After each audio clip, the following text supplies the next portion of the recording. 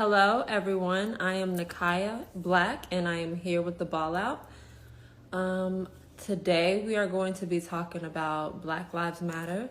We have a very special guest coming on very shortly. So, we have Miss Areva Martin. Here, we are going to add her in. She is, as I said before, she's a TV host, a producer, and she is a civil rights attorney. So here we have the beautiful Miss Areva Martin. Hey, how are you? Good morning. Hi, how are you? I'm good. How are you I am doing? doing good, just trying to stay safe. I know it feels like that's a big chore these days, Yes. particularly given these spiking COVID numbers that have us all crazy, like what to do. So Yes. it's a little scary right now. Yes. So, if you could, I told the fans that you are a TV host, you're a producer, and you're a civil rights attorney. If you could maybe give them a short little background on yourself. Yeah, so I grew up in St. Louis, and I always talk about that because I love St. Louis. And I've been in California, though, most of my adult life, most of my professional life, I would say. And I graduated from Harvard Law School, and I first worked in a corporate firm, and then I started my own law firm. And I worked as a civil rights trial attorney for many years. And then I decided that I wanted to do something really different with my life. So I took a leave of absence from my firm. I wrote a book. I started a nonprofit. I started working on TV. And that kind of brings me to today. That's like a really fast, quick summary of my life. But I get to tell these amazing stories. I have a digital talk show, and I get to talk to really interesting people and tell really critical stories. I work on CNN. I'm a legal analyst for CNN. I've hosted a couple of CBS talk shows. I've written 3 books. I'm working on my 4th book, and I'm just really I guess right now I'm feeling so full in the moment that we're in as a civil rights lawyer, as a Black woman, as a mother of Black kids. There's like so much coming at us so quickly. Yeah. And I'm torn between feeling really optimistic and really encouraged, and also remembering that we've been at this place, I feel like so many times before in our history, where it feels like we're going to make this big breakthrough in terms of race and equality and inclusion. And then, we kind of retreat and recoil. So Yeah. I'm just feeling like I'm praying and hoping that this time is different. Right. Thank you for that. We're gonna dive right into it. Um, so being an African American woman, as you talked about, but doing so in the media, what do you feel were your biggest obstacles to overcome, or what do you feel may be your biggest obstacles to that you're going to face in the future? I think it's stereotypes. We've been hearing a lot about that. I've been having conversations on my own show about how African Americans are perceived. And I think people expect each of us to embody all of us. And they think of African Americans as this monolithic group. And when you go into settings, there's this expectations already set about what you should be like, who you should be like, how you should dress, how you should sound, what your points of view should be like. And what we all know as Black women and Black people is that we're all very different. We come from different places. Some of us grow up in more conservative backgrounds, some more liberal backgrounds, and we don't all think alike, and we don't all act alike, and we don't all look alike. And trying to get people to recognize us for who we are as individuals rather than who we represent, as a group, I think is challenging. And when you're in the law, which is the male, particularly corporate law, male-dominated, white male-dominated legal profession, there was a lot of pressure, and a lot of women, in particular women of color, get out of the legal profession because they don't feel like their voices are heard, and they don't want to carry the weight. I've been talking a lot about that, the weight that African Americans carry inside organizations, particularly when you're the only one. When you're in that situation and you're the only one, everybody's looking to you. Like anytime something Black happens, like, oh, what's your reaction? Or what do you think Right. about this? Or what do you think about that? And that could be exhausting, Yeah. stressful and exhausting. When you just want to come to work and do your damn job. You don't want to be the, spokesperson for the race. You Right. just want to be that, you want to be yourself. So that has been challenging, I think. and I'll give you even a more granular example. So coming out of a corporate law background, I am like the biggest fashionista on the planet. I'm like, I got Hair. curly hair, I got these long earrings. Yeah. So, when you come out of a corporate environment, you're supposed to have a cool crop haircut and be Right. super conservative and a little jewelry. That's not me. And that was never me. I grew up in North St. Louis. Everybody was fly. Every woman I grew up around was always fly. That's how I learned to dress. So, being me and not being this, super conservative, which no wrong, nothing wrong with that. But I Right. was never the little pearl, loose suit wearing kind of lawyer. And people wanted me to be that, and they expected me to be that. And I remember getting a lot of pushback, when I dressed and expressed myself the way that I like to express myself. So I hope this awakening we're having in this country will also be an awakening about people being able to be who they are and not be judged, on how they decide to wear their hair or, jewelry or whatever. So Right. I hope that we are really going to start accepting people for who they are and not who we think they should be. Yes, I mean, I definitely agree. As you can see, I love my jewelry, I love my flats. I love, to be able to express myself as well. So I definitely hope that that is something that is coming along, just being an African American female that is getting into or is actually in the media now.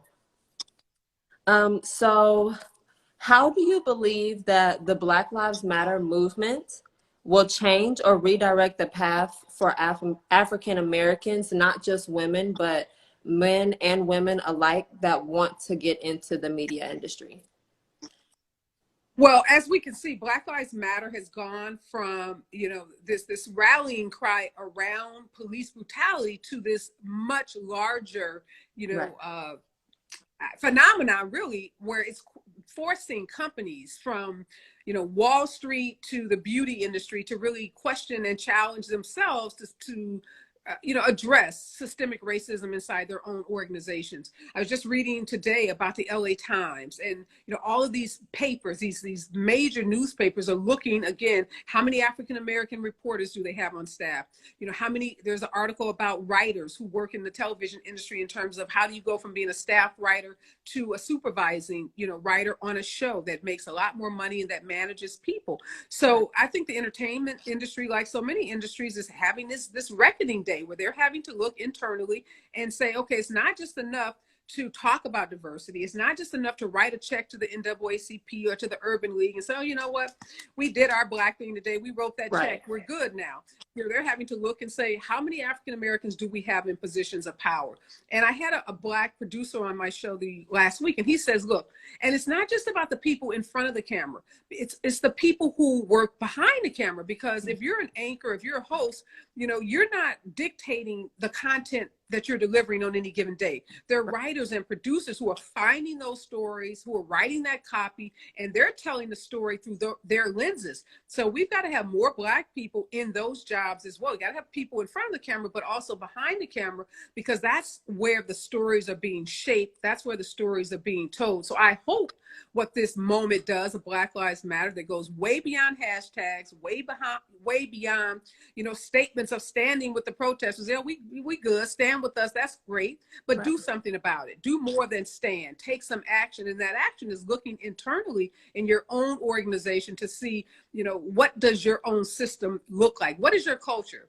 And we're hearing more Black people talk about how stressful it is working inside certain, corporate environments, in the entertainment industry, in the finance industry, in the legal industry, about, the pressure that they feel, the lack of promotion, the lack of opportunities. So I'm hoping that this is forcing organizations and industries to have these and these conversations are so uncomfortable.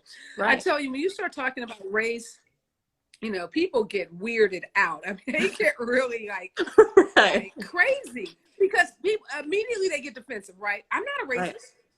I'm not a racist. Everybody wants to say, I'm not a racist. Okay, well, maybe you're not, but maybe the policies that you are implementing in your workplace have the impact of, treating African Americans differently than how other people are treated. And this LA Times article really revealed, this one Black reporter talked about how hard she fought to get a raise and how she kept getting no, no, no, pushback, pushback, pushback. The organization's going through, some financial issues with restructuring, whatever. The money wasn't there, but now she got that raise, which is good.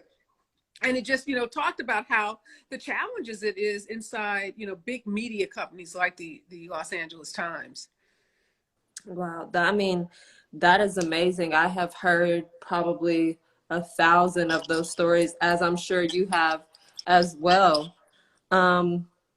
So I know that you have. One of your viewers said, if you have to go out of your way to say you're not a racist, you probably need to take a deep look inside yourself. Amen to that. Right. But that's what's happening, right? People are coming forth saying, I'm not a racist.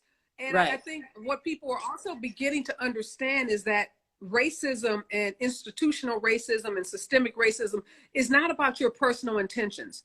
Yes, you may not wake up every morning and say, I'm going to work to, put my foot on the neck of a Black person. Right. But if you're sitting in a meeting and a Black candidate comes across your desk and you are making decisions about who you're going to hire, and every time you're deciding between a white person and a Black person, that white person gets a job, then you've got to think about, are the policies that you're implementing in that workplace, do they have a racist impact in that workplace? So that's what I hope people are coming to realize. It's not about your personal feelings. It's about the impact. It's about, how African Americans are systemically treated in these organizations. And there's a great New York Times Magazine article about the wealth gap and how the wealth gap between African Americans and whites today, 2020, looks the same as it looked like in 1954. Wow. So, that's like deep. That's like insane. But yeah, that's where we are in this country. So when all these people are saying they're not racist, somebody did this, right? Right. It just didn't happen. We just didn't end up here. Right. It's not some Martians at work. Somebody's been doing something and it ain't been working for Black folks. Right. So, speaking back to Black women, I know that you have spoken and indulged in what you call Black girl brilliance. So can you tell us a little bit about what you've done for the younger generations like myself to come? Yeah, I mentor a lot of younger women, women coming out of college, women who, are starting out in their careers, even women in the midpoints of their careers. And I think that's so important. Everybody. So they're mentors and they're, your champions and your advocates. So you can mentor someone and that's just giving them advice, checking in on them occasionally, but advocating for someone inside an organization is also critically important. And that's how we know inside big organizations, newsrooms, TV stations, somebody is not just giving you advice, but they're standing up for you when those decisions are being made. And that's what we really hope. I hope that, we see in this movement. So if I'm in a position as a VP or a senior level manager and jobs are opening up, a lot of times white people have somebody at that higher level who's saying, no, I want John to get that job. Right. And they're working behind the scenes to make sure that John gets that job. And that's what, I try to do when I'm in a position to advocate for an African-American person, a person of color, is pull that person along and say, wait a minute, what can we do to make sure that we are as diverse and inclusive as possible? So when Black people are in those jobs, and I've been really fortunate. So I'll just give you a quick story. So in my nonprofit organization, you have to raise a lot of money always. And so I've been really fortunate to have African Americans inside big corporations who will say, no, wait a minute. We see the size checks that go out to the president's wife and, his friends. So, they stand in the gap to say, no, we want to make sure that this Black-led organization is getting the same thing. And when I wrote my book, Make It Rain, I wanted to have corporate sponsorship because I wanted to go around and rather than have to go into bookstores and peddle books, I wanted to go to big conferences and have the book be given away to participants and that way not have to, rely on people buying one book at a time. And so I had a Black woman who worked at Toyota sponsored my book tour and had Toyota buy thousands of my books. And then I went with her to like the NAACP, to Urban League, to these African American conferences that Toyota sponsors, and we gave the book away because Toyota had sponsored the book. And so when we are in positions of power like that, that is what, that's how we start to break down some of those barriers, because it's not just someone saying, I think Areva's great, or I think you're great, but they're actually doing something. They're writing a check and saying, not only do we want to buy these books, but now we want you to come with us to these big conferences. I think I went to like 7 or 8 conferences with her and spoke to African American women, talked to women about, supporting other women, bringing people up, sending that ladder back down, making sure that when you get to wherever you consider your top level, that you're not just the only one. It's Right. okay to be the first, but you don't want to be the only. So if you Right. have the privilege of being the first at something, then you better make sure that you're doing the work to bring other people along with you. So we have a lot of opportunities like this, and I hope that people in those positions of power are taking advantage of them now to speak up, and they feel more empowered to speak up and to make sure they're creating opportunities for people that come, along after them.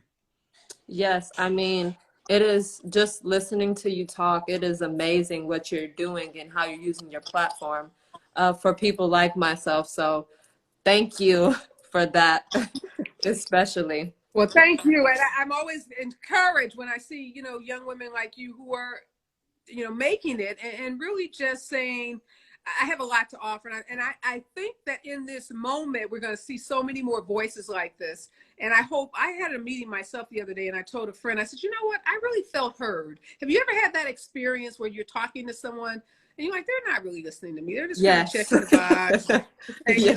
they had a meeting with me. They could just check the box. But in this moment, I don't know how long it's going to last. I said, I left that meeting and I felt really different. I felt like they really, because I was pitching a story about Black women. And I said, 6 months ago, I probably wouldn't have even gotten the meeting. And if I had gotten the meeting, I think the response would have been totally different. So I encourage everybody that's trying to do anything right now, strike while the iron is hot, because there is this moment that's happening where people at least will listen to you in a way that I don't think would have been the case 6 months ago. Right. So we're going to change gears here just a little bit. So there's a GoFundMe to raise $1 million for the rebuilding of Black Wall Street.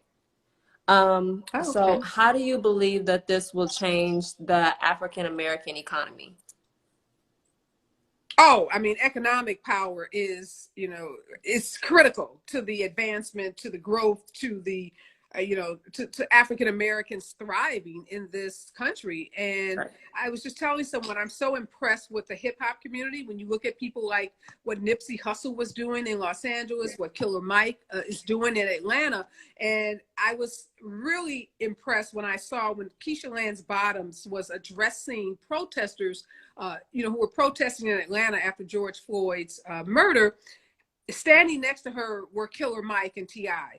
It wasn't your traditional civil rights icons. It wasn't faith leaders. It wasn't your elected officials. It was these guys who some may say, may have their images or put, rappers or hip hop artists in a certain box. But it's really in some of these urban cities where you see these hip hop artists really leading the charge to, rebuild Black communities, invest in Black communities. And I think that's incredibly powerful. So this GoFundMe to rebuild Black Wall Street, or any efforts that are made to build Black wealth, I think is critically important. I mean, I was just reading this statistic. I mean, our spending power is like $3 trillion or some insane amount of spending power that African Americans have. So any efforts to get us to keep those dollars in our own community, or to multiply the effect of those dollars as we spend them, is going to be critically important. Have you been following Sharon Chuter? Sharon has this pull up or shut up campaign that's really designed to call out beauty brands that, she's trying to force them to post their African American numbers. So she started this campaign. She's worked in corporate beauty. She started her own cosmetic line. But, after George Floyd's murder, she says, the beauty industry is like a $530 billion industry. And, African American women, we spend like, gazillions of dollars on beauty products, from Right. cosmetics to hair products. And so she's like, this is an industry that should be doing more, and they should be doing more than saying they stand with Right. protesters and issuing these statements. And so she has So this whole sorry. campaign. Oh, that's okay. She has this whole campaign called Pull Up or Shut Up. And it's really about forcing these brands to show what their Black, numbers are in terms of not just employees, but their leadership. And the whole goal is to say these brands that do better with African Americans, spend your dollars with them. Right. The brands that don't have African Americans, either employed or in leadership positions, don't spend your money with them. So, I mean, we have to recognize and then use our economic power. And that's one of the campaigns designed to leverage our buying power. Right. So I have a quote here from Mr. Ken Keyes Jr. He once said, "A loving person lives in a loving world. A hostile person lives in a hostile world. Everyone you meet is a mirror." Pertaining to the Black Lives Matter movement, how do you feel like this quote applies? Well, I think what we're seeing through Black Lives Matter is their ability to reach across lines and create this loving, sisterhood, brotherhood, this community, whether it's people marching in London or, people marching in Atlanta or Seattle. We're seeing people all across the globe coming together and recognizing the oppression that African Americans have suffered in the U.S., and the need to really confront this terrible history of slavery and the remnants of slavery. So I think what we are seeing is this loving community that's being created, and the common goal is to really address racism in a way, hopefully that causes a reckoning in this country that we haven't had. I mean, we just have not dealt with the remnants of slavery in this country, and hopefully this moment we're prepared to do that. Yes. Well, thank you so much for your time. Everything you said, you have spoken so powerfully. I am very grateful as an African American woman, as a host, for your platform and the way you use it. Thank you for coming on and taking the time to talk with me. And hopefully I'll speak with you again. Oh, absolutely. Keep doing the great work you're doing, and keep being a voice for our community. We need powerful women like you. That Black girl magic is important. We just have to keep it going. So thank you. Yes, ma'am. Have a great day. All right. Take care. Bye-bye. Bye-bye.